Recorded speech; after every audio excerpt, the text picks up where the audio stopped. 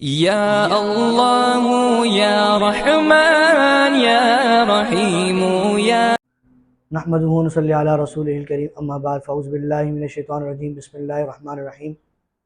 ناظرین کرام، آج کی ویڈیو میں نظر بد کے حوالے سے ہونے والے مسائل، نظر بد کی وجہ سے پیش آنے والے بیماریاں اور ان سے چھٹکارے کا وظیفہ آپ حضرات کو بتایا جائے گا۔ ناظرین کرام، آپ حضرات نے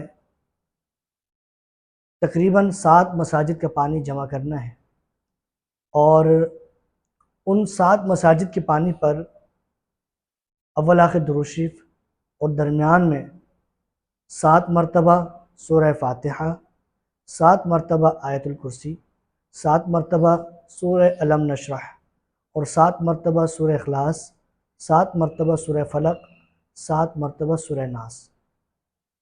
یہ تمام چیزیں 6 چیزیں ہیں، اور 7 مرتبہ ان 6 کے 6 چیزوں کو آپ نے پڑھنا ہے اول آخر درود شریف کے ساتھ۔ انشاءاللہ عز و جل وہ پڑھنے کے بعد 7 مساجد کے پانی پہ دم کرنا ہے۔ نظر بد کا مریض ہو اور نظر بد کی وجہ سے کوئی ایسی بیماری میں وہ مبتلا ہو جس کا علاج ڈھونڈنے سے نہ مل رہا ہو، ڈاکٹر حضرات پریشان ہوں، ٹیسٹ وغیرہ سارے صاف آئے ہوئے ہوں، رپورٹیں سارے کلیئر ہوں، لیکن اس کے باوجود بندہ جو ہے کہ صحیح سالم نہ ہو رہا ہو، تندرست نہ ہو رہا ہو، تو وہاں نظر بد ہوتی ہے۔ اس نظر بد کا علاج اس وظیفے سے ہے۔